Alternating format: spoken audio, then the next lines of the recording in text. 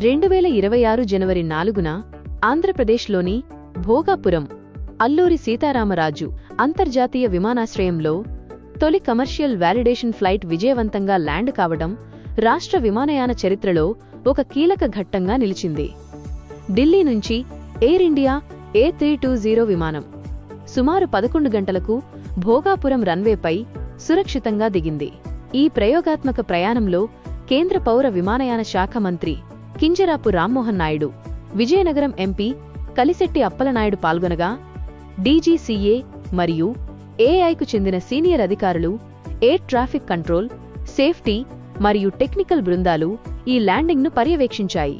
ఈ validation flight ద్వారా runway, navigation వ్యవస్థలు, కమ్యూనికేషన్, భద్రతా ప్రమాణాలు మరియు ఎయిర్పోర్ట్ సన్నద్ధతను పరీక్షించారు.